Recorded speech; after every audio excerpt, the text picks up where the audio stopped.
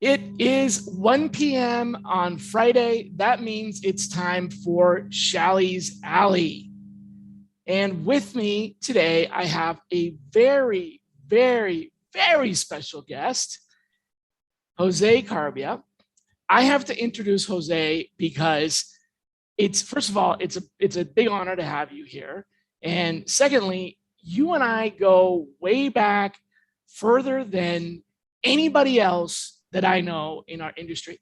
We started at the same company.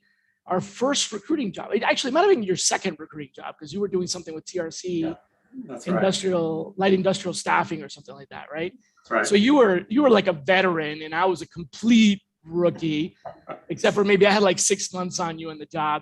And we basically practically shared a desk, and kind of cut our teeth together. So it has been 25 years, a long ride, long ride. We cut our teeth in the same kind of setting, and then we both, our careers went in different directions. So very honored to have you here. Jose is currently in charge of global talent acquisition for Change Healthcare, which is a very important healthcare organization. And in that capacity, he essentially is a leader of leaders. So I wanted to have him on board to provide a perspective of, the big picture. I've been talking a lot about getting upper management buy-in and speaking CEO. And Jose is someone that I have admired. He's a personal hero of mine from a very, very, very young age in my career. I never told you this before, but I used to listen to you and follow your calls, follow your lead back at Kenda Systems when we started. So I piggybacked a little bit off of you, and we worked really well off of each other. Jose also, I hope you don't mind sharing this, but Jose's a cancer survivor. I think he's been cancer-free for 22 years. That's right. Again, it's admirable. I have friends that have been affected by cancer. Some have made it, some haven't. So it's a big thing for me. Like when you went through that, I was like, oh man. And now recently another friend, a very close friend of ours, has gone through that. So you can take what life gives you and turn it around, and it gives me hope, and it really warms my heart. So thank you for being here. Thank you for what you do for the industry, and welcome. Do you want to say hello to everybody? Hello, everybody. Awesome. Now, folks, don't be fooled by the congas in the background. Although Jose and I do share our Hispanic heritage, I'm the one that inherited the dance gene. He might have el ritmo latino, but he can't play the drums all that well. No. Don't ask me to play. Nope, not gonna do it. Looks good on the guest. We actually have the same desk, by the way. I just noticed that with that hutch and everything. Yeah. Oh, yeah. I even have the sit-stand desk too. Oh yeah, so do I. So look at that. We great minds think alike, or maybe fools seldom differ. That's right. So you wanted to talk about a few things that we shot back and forth via email, like technology and AI and texting. So I wanted to start there. Give me your synopsis, your thought on when a TA leader like you thinks about TA and AI. Mm-hmm. What does that intersection look like? Because a lot of listeners have mixed feelings. Some people have this idea that AI is this science fiction thing, like a robot that you like, hey, go get me some coffee, and the robot knows what you're talking about. And that obviously that's not the case. And other people are like afraid of AI, that it's going to take over, and some Schwarzenegger movie or something like that. But you're sitting there in the leadership table and you're talking to TA people about AI. What does it mean for real, and at your level? Yeah, I think, if I could speak to technology in general, right? As recruiting has evolved over the years, so has technology, right? And it's advanced more and more year over year. With the introduction of AI into recruiting, I remember, the initial introduction that recruiters thought, oh, we're going to get replaced by technology. Technology is going to do all the recruiting. That's not the case. But as leaders, we have to be in a position where we explore these technologies. And so, here at Change Healthcare, we are implementing or have implemented artificial intelligence tools and technologies for the recruiters, we're still at the infancy stage and really exploring its capabilities. But the objective is to increase and improve productivity. We have so many things that we ask of recruiters. Full cycle recruiters have a lot of responsibility. There's always conversations I'm having with leaders, and they say, well, can we have the recruiters provide this information to the candidates? And I said, yes, along with the other 30 documents we're asking them to send to the candidates. All the tracking, all the tracking and the compliance, responsibility. Right? Yeah. And so AI, really, we really have to look at how can we automate, how can we cut out some of those tasks and processes in the recruiting steps that can make them more effective and efficient, and get away from some of that administrative work that really bogs them down. They need to be recruiting. They need to be hunting. They need to be networking, talking to candidates, and they don't need to get bogged down too much with steps and processes. And so the AI tool can help from a screening perspective to help them speed up the process for how they sort through candidates and really get to the top candidates more quickly, but also steps in the process of moving candidates forward or automating some of the communications and things of that nature. So that's something that as leaders we have to continue to explore, but it's not going to solve everything, and it's not going to be perfect. So we have to constantly evaluate it, ensure that it's not creating, like from a screening perspective, not creating any adverse impact. From a process perspective, sometimes I tell my team, let's not create more work for the recruiter. And if it creates more work, then we got to go back to the drawing board. We got to pull back. And so the technology cannot be positioned to create more headache and more work for the recruiter. Which is often, it's something I've seen leaders be concerned with, and one of the reasons they hold back. And it's also often one of the pitfalls when you implement it, that now you have to train this technology, and it becomes, challenging to implement, which is now another, we're already super busy. Now we have another time suck. Like maybe for a healthcare organization, in the middle of the pandemic is not the best time to be experimenting with AI, right? But if you don't do it now, when are you going to not be busy? There's never a good time, right? There's never a good time. You're not going to be busy. So if you keep kicking the can, you're going to fall behind.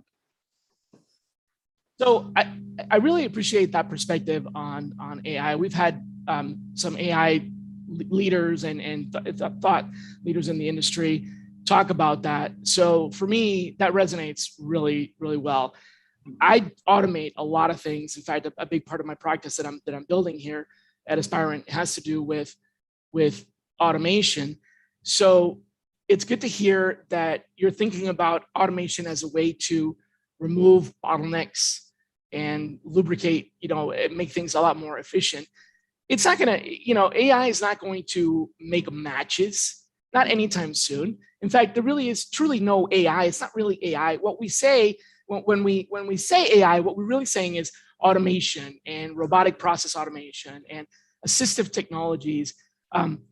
Best way to describe it is one of my guests, Michael Askins, who's a big one of our practice leaders and a big thought leader in the industry. He said it the best. He said this way: a robot can do one thing better than a human. That one thing, they can hammer the nail faster, more accurately, and with more precision and more, than a human. But that's not the same robot that's going to serve you dinner, and it's not the same robot that's going to drive your car. So robots are good at doing something if we set it up, and that robot is really what we're calling AI and technology. Good to hear that's how you feel about that. But you also mentioned texting.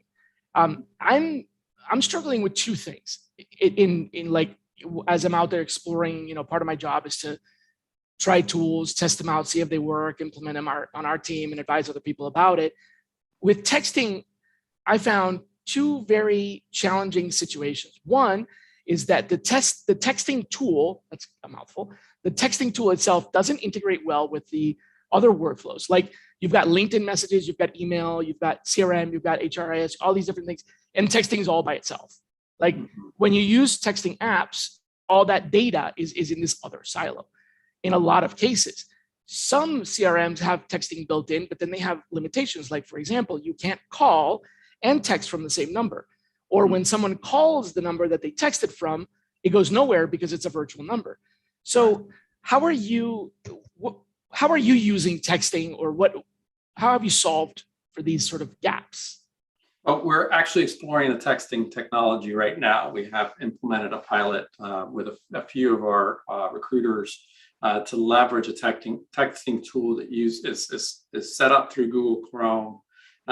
It recognizes mobile numbers on resumes from our ATS or from the internet, wherever there's a phone number on the internet. Marks them as textable number. And then you click, and then you have the texting platform that comes up.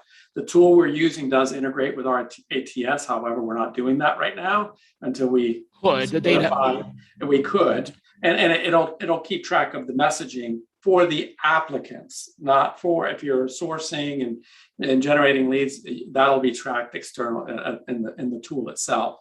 But there's integration when it's combined with the ATS.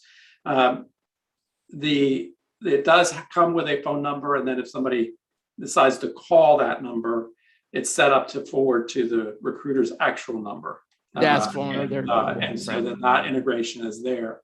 The other thing actually that we're right now working with our IT department is implementing telephony, voice over IP through we use Microsoft Teams. So we're actually exploring that as well, so that it's all in the computer, right? So they have their texting platform, they have their telephony platform, so it's all in one place versus having to then pick up their cell phone, do their own texting or communication. So it's manual does a bottleneck. Right? Yeah, something that we're exploring at the moment. So far, we're a month into it. Actually, I had a feedback session with the team that's piloting it. It's getting used to the change, right? Because everybody gets used to using their cell phone. And cell phone, right? The computer, but it's retraining the mind for a new behavior and really working out the kinks to then determine, is that going to create more efficiency? Feedback I have gotten is that they're getting more responses using text than they do when they send an email, an in-mail, or such. So if they can get a phone number and it's a mobile number, sending a text is certainly going to get a faster response from the candidate. Assuming that, obviously if they posted their cell number, or if they provided their information during the application process and opted in to receive text, we have to manage those laws as well to make sure that we're in compliance, that we're not just spamming people with information. And that's the caution that we have to put in place too, because we can't be in a position where we are non-compliant to spamming laws. And there are, I'm sure, some healthcare, specific regulations as well. That's the solution that we implemented, and we worked on first with a voice over IP system that was SMS capable. And in fact, interestingly, we went with MMS. The reason for that is we found that SMS messages are too short, and they're limited, which ends up very frequently truncating our messages to be delivered in two texts. So you might get the second one first, and that and it just comes. So MMS, really not because we need the picture, but because it's all in one message, is a lot better. So we did that, and we did that through a voice over IP carrier. Was VoIP.ms, and you might have heard in the news about that. It's a big federal case. They were hacked with a denial of service attack. It is the biggest ransom attack ever to actually be executed on an infrastructure solution, voice over IP. So that affected us for a while. But that was the way that we did it. You can call in text from the same number. It's integrated directly with the computer. You can call from the computer, text from everywhere in it, and it's tracked. But we still have this other problem, which is voicemail drops there's been a lot of crackdown on that. So the providers that we talked about getting implemented with for voicemail drops are now pulling out, and they're saying we're not going to do it. Have you looked at voicemail drops where you send a voicemail message instead of sending an email or sending not instead, in addition to, because back in the day we used to call and whatever it took, right? We'd come knock on your door if we had to. But this is an additional messaging system that would send a voicemail directly to your phone. Have you done anything with that? It's usually tied to the same. No, actually, I didn't know that was out there. So to be frank, No, we haven't explored that, but certainly something I'll be digging into after this call to learn more about. One of the things, as we talk about technology and as a leader of the function, it is important that we're always looking and exploring what the opportunities are to improve efficiency and productivity. And so certainly exploring something like that and seeing if that adds greater speed and value to our process is certainly worth digging into. That was, for me, it was a deal breaker with one tool, unfortunately, because it was like their special sauce. Like, we can do this, nobody else can do this. And then, oh, sorry, we don't do it anymore. Darn. Yeah, that happens. So I also wanted to ask you about something else. We had talked a little bit about, exchanged emails about, which is keeping your leaders motivated. So you're a leader of leaders. You have people that lead and manage several components within TA. These times are tough. Government mandates on vaccination are causing some sort of panic. I don't know how much of that is really going to come through or not, about, people are going to refuse to get vaccinated, so they're going to quit. As it is, we already have higher demand on recruiters because there's fewer people and, more demand than ever before. And now on top of that, people are going to be leaving and there's all this noise about technology. How are you keeping them motivated in the midst of essentially a perfect storm? Mm-hmm. I think as a leader, I need to be empathetic and compassionate about everyone's situation and scenario, right? It's been a tough environment with the pandemic. And so it's really being understanding and relating to everybody's situation. Everybody's handling it differently. With the recent mandates and changes and the impact with talent, there's a lot of stress. And so it's important that we, here in our environment, I like to look at data, a lot of data. I manage through metrics, but I also look at metrics as a gauge, not, we have performance targets, but I look at it as a gauge. And I certainly involve the leadership team together as one team in terms of how we set those goals, those targets, what's reasonable.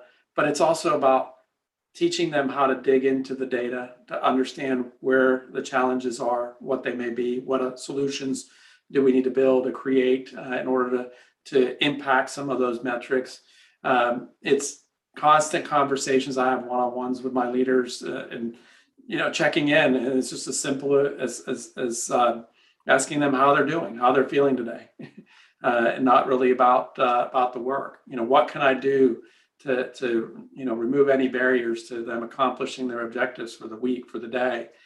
Sometimes it's rolling up my sleeves. I've actually just recently rolled up my sleeve to do some recruiting, just to help one of my leaders that has a lot of activity and is having a challenge balancing everything, and rightfully so. We all have to pitch in. We all have to dig in, and I don't mind it because I love recruiting, right? So getting back into it was actually a good thing for me to get back to it, so that I can learn and understand how our team members are leveraging our processes, our tools, and such. So it's just being engaged, being involved, communication, and being empathetic in terms of what everybody's dealing with, and everybody might be at a different place.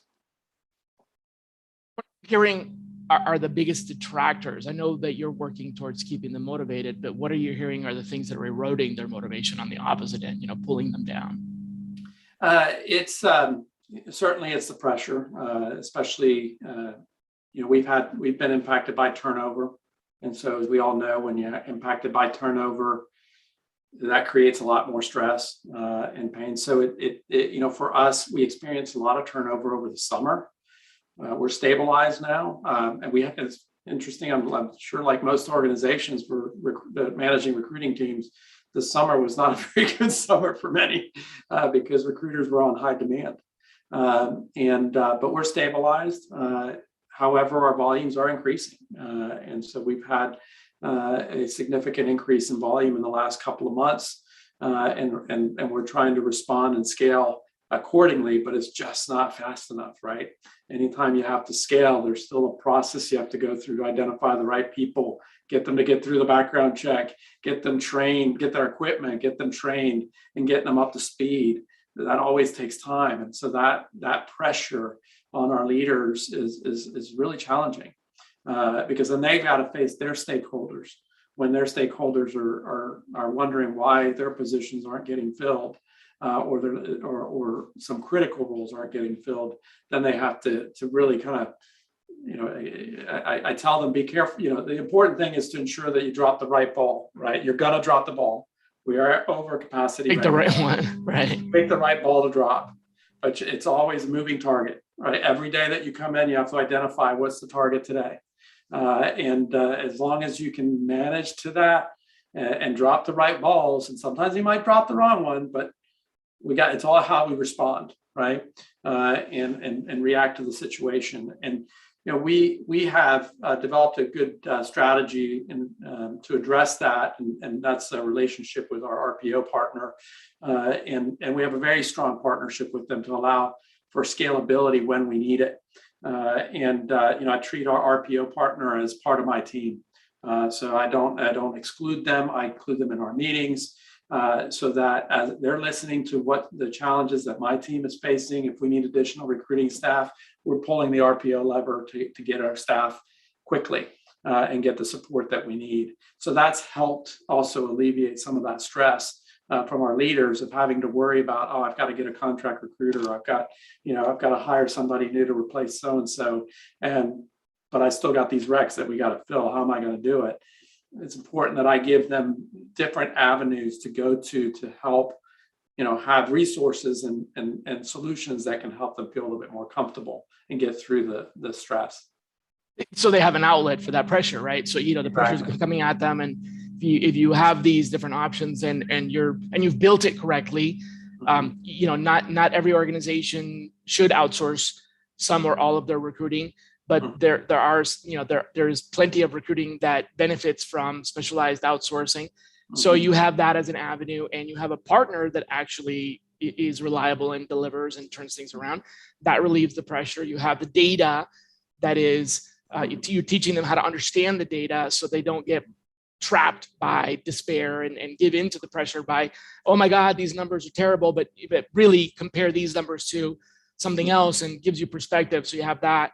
That makes sense. I get that.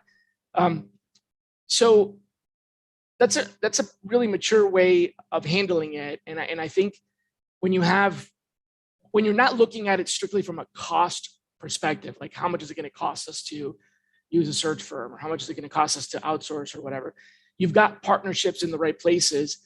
The cost is not, there's always cost to recruiting. This is not a, cost-free proposition. So it's really not like you said, the dropping the right ball or spending the right dollar. You're going to spend $1 here, you're going to spend $1 there. If you get bogged down in the nickel and dimes of that, you end up picking the wrong partner because you go for the dime and you lose the dollar, right? So the fact that you have all these options and they're innate, your leaders are enabled to say, okay, for this, I really am going to go to, this is a better solution. I don't have to sit here and, sign a contract and negotiate because it's already been taken care of. So that's smart. That's smart. That I can see why you were explaining that you had matured the TA function from a transactional, filling positions function to a much more value added function. And you just answered one of my questions, which is, how did you do that? And it seems like having these partnerships is part of that.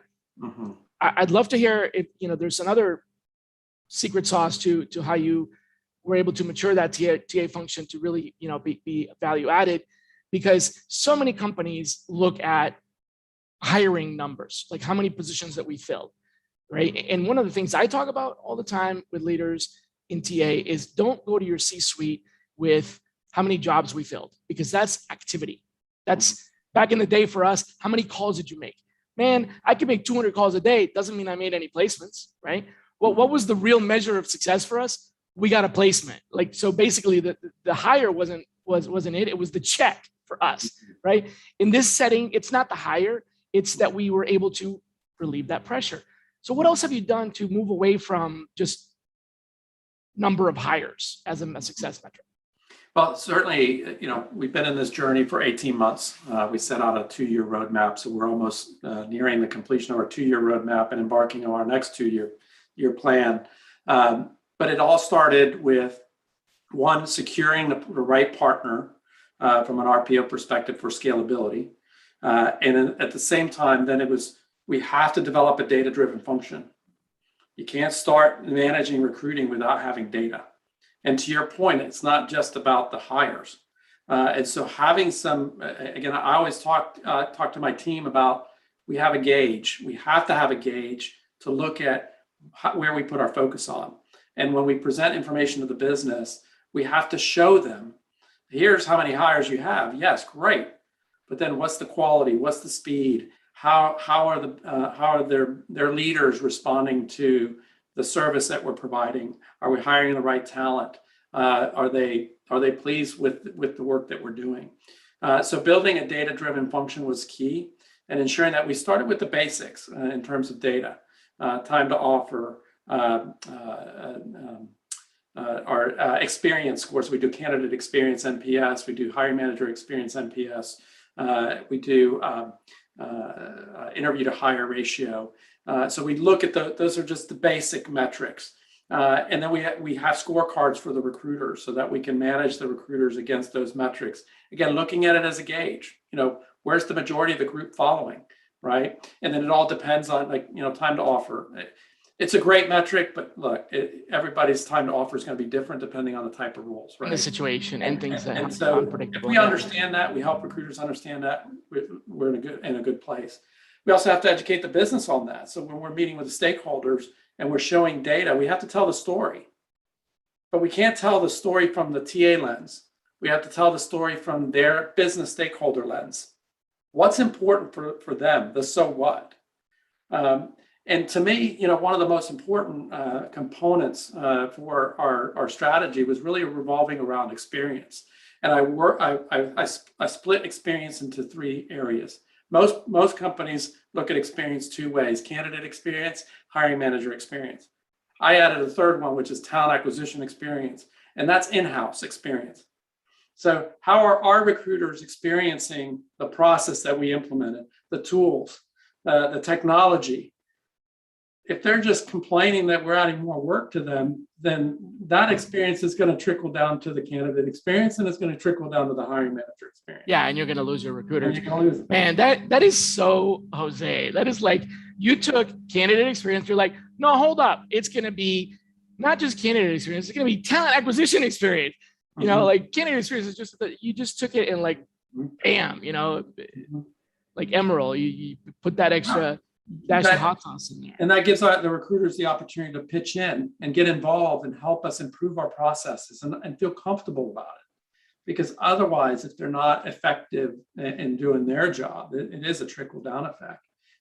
And to me, it doesn't matter how long it takes to fill the job, but if the business is pleased with the work, it could take 180 days to fill the job. But if the business stakeholders worked with somebody that was exceptional, a partner, worked through the challenges, it was a tough road to fill, but man, they landed the diamond in the rough, and they're very pleased. At the end of the day, that's what's most important. It's not the metrics. The metrics is just more of a gauge to get you where you want to be. I like to talk about it like use the analogy of an Uber driver, right? You Jose, you're the Uber driver. Your C-suite is in the back seat. They're the passengers, right? In front of you, you've got the dashboard that tells you your speed, your fuel, temperature, direction, all these things that you need to know in order to basically execute on what's expected of you, which is to take the C-suite from here to there on time and safely. But they don't need to know your speed or wind velocity or the pressure of your tires or how much oil is in your engine or the temperature of your engine. So when an executive comes to you and says, hey, how's it going up there? You don't go, well, sir, we are going 17 miles an hour, or well, ma'am, we're going 25 miles an hour. No, what they want to hear is, we're almost there. We'll be there in 5 minutes. We'll be arriving early. We're 10 minutes behind because of traffic, whatever. The situation is a situation.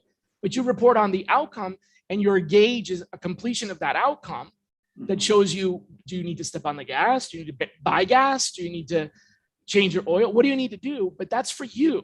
For them, for the C-suite, it's percentage of did we fill all the jobs that we need, or at least the ones that have to get filled. Some of them maybe didn't get filled, but they were the ones that we could live without, right? We could survive without, but the ones that we filled were the ones that, that's the outcome. I talk about that all the time, and it's lost in translation. I think with a lot of TA people, they get bogged down in the minutia of candidates, applicants, conversions, and all the, and those are just metrics. In fact, they're not even metrics, they're measures. They're measures, like speed is a measure. The metric isn't speed, that's a measure. The metric is the difference in speed. Are we going faster? Are we going slow? That's a metric, right? Did we do better than last year? That's a bad example because this year's going to be, I don't think in any chart, I can imagine a chart 10 years from now, there's going to be like boom, 2020, whatever. It's either going to go like that or it's going to go like that. I mean, it's going to be weird, but how did we do against our previous week or previous month, et cetera? And improving that is another, the difference, hopefully for the better, right? Right. That's the big picture strategy. And I love talent acquisition experience, man. That just elevates. And that's why you have a seat at the C-suite, basically, because of that. It's demonstrating the value add. And if you're not feeling it, if the executives aren't seeing it, you're just a rec filling machine, and you're not adding value to the business. You're not helping the business grow. And so that's our philosophy here, is that we've really turned this function into a value add function, and our leaders are connecting with our stakeholders and sharing knowledge and information. And it's a collaborative effort. It's not what can TA do for them, it's what can we do together. It's partnering with the leaders. But you can't get to that point until you've built this other stuff. You don't go to them and say it's building blocks, right? You've got to build some credibility along the way. You can't earn that right away. You can't go there and be like, look, I want to partner with you, and they'll be like, yeah, I heard that before. The last guy that was in your seat, or the last gal that was in your seat, they told us the same thing, and they're not here anymore. So that's true. It's an additive, right? Like you said, it's building blocks or steps. You can't take the third step until you've taken the second step.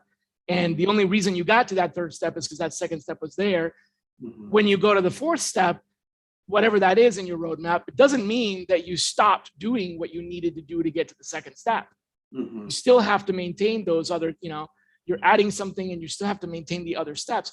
Otherwise, the step is floating in midair. And we know that can't work. Maybe on Minecraft it does, but it doesn't work in the real world, So all the other things that led up to that have to stay. That's the infrastructure that has to stay there. Right. You said something that just really hurt me, man. You said a sourcing function is not for everything in TA. I'm kidding. Of course, I actually completely agree with that. In fact, I have a value map that I share where I talk about where sourcing can add value. And sourcing can add value everywhere in recruiting, but just much more value in some areas and much less in others. So the benefits realization of sourcing is important. What leaders do sometimes that is a big mistake is throwing sourcing at a problem that could be a recruiting problem, a brand problem, and expecting sourcing to essentially overcome endemic or systemic issues. So it's sometimes good to take a step back and say, if we were to implement a pilot sourcing team, where would it have the most impact? And that may be in number or in size or in cost reduction, whatever it is, but sourcing doesn't have the same level of added value across the entire recruiting spectrum. So where did you, in that spectrum, I don't want to steal your thunder, where did you put sourcing in that spectrum of the areas where it could contribute in your organization? So the important thing is identify what are the value add, most critical roles in the organization. In your organization. And that's what we did here in our organization.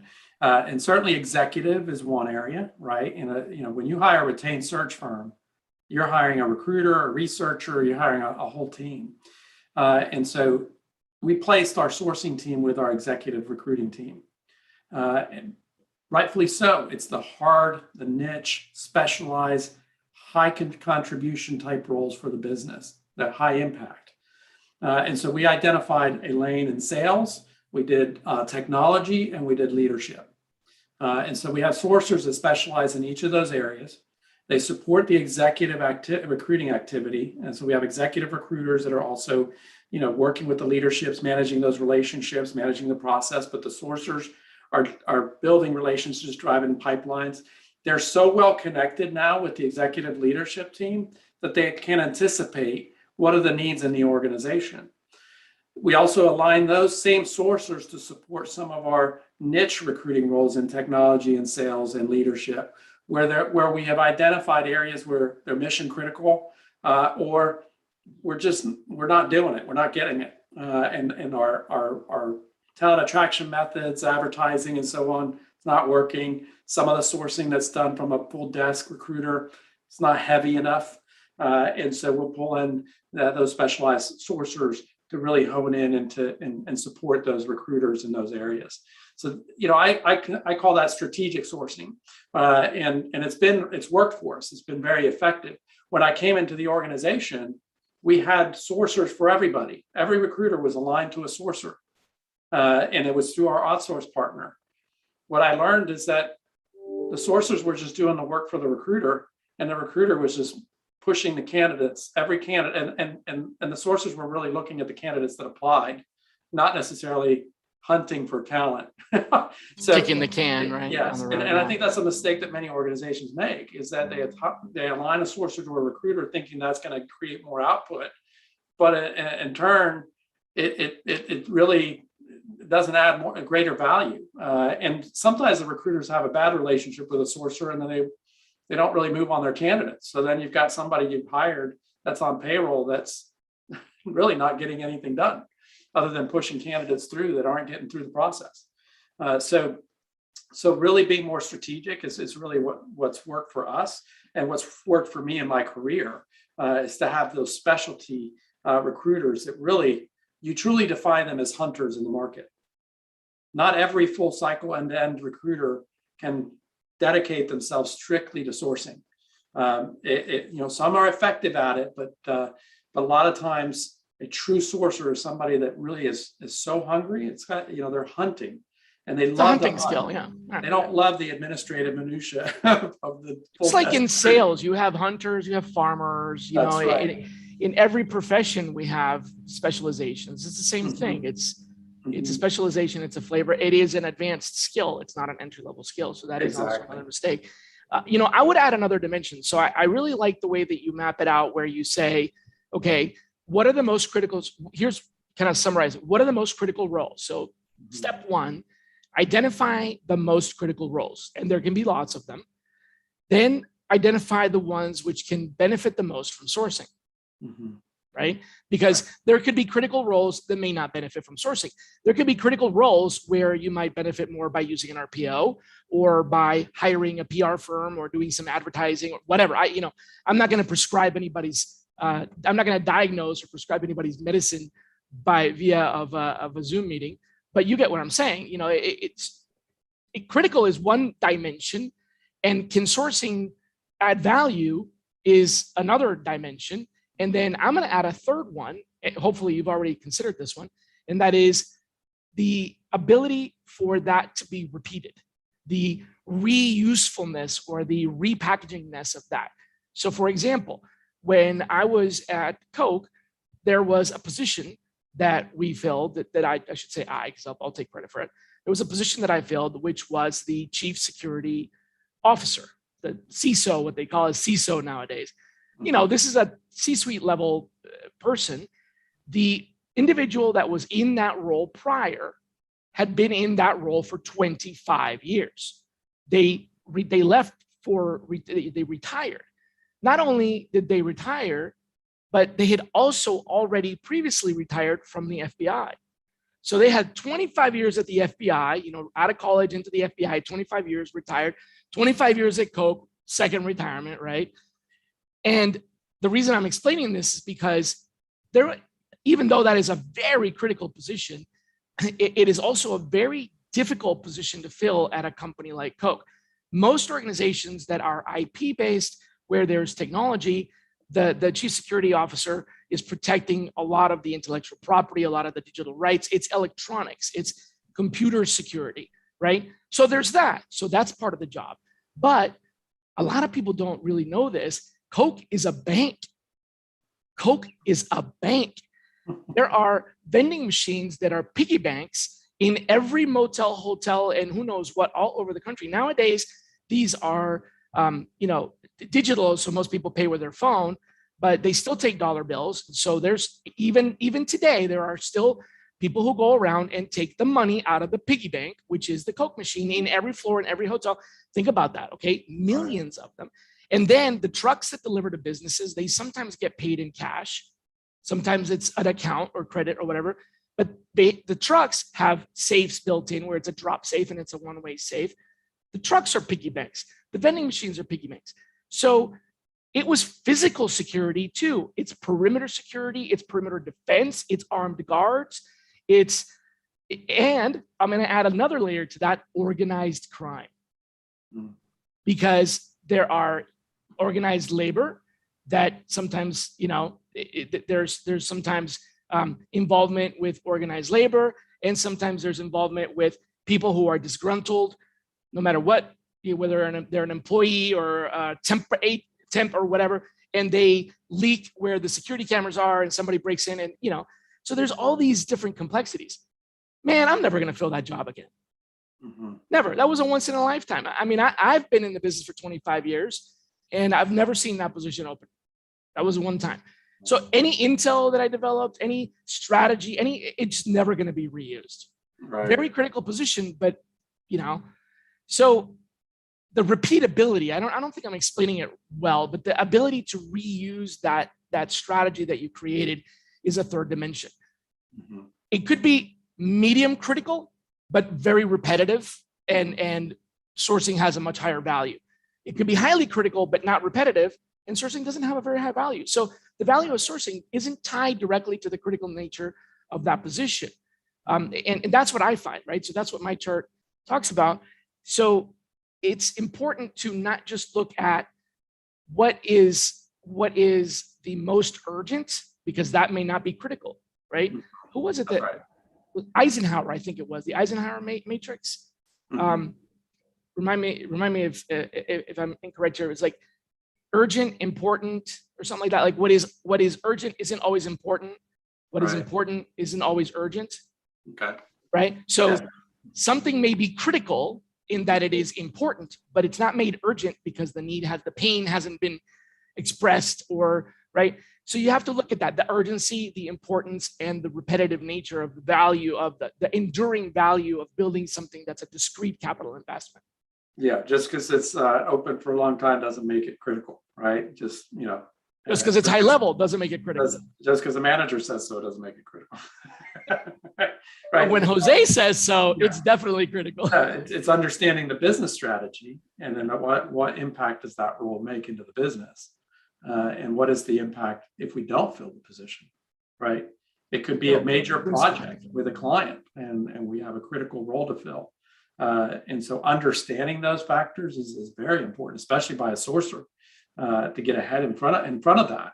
And that's where when I talk about anticipating future needs, having that level of engagement with our leadership, our senior leaders, is so important, because they get that intel, and then they understand how to prioritize and where to pull the talent pool from. Yeah.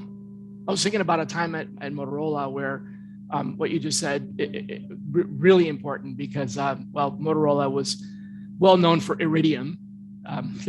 Many of the people that watch this video may not even know what that is, but it was satellites that surrounded the planet all over the place, so you could actually get a beeper, text, whatever it is, pretty much anywhere on land.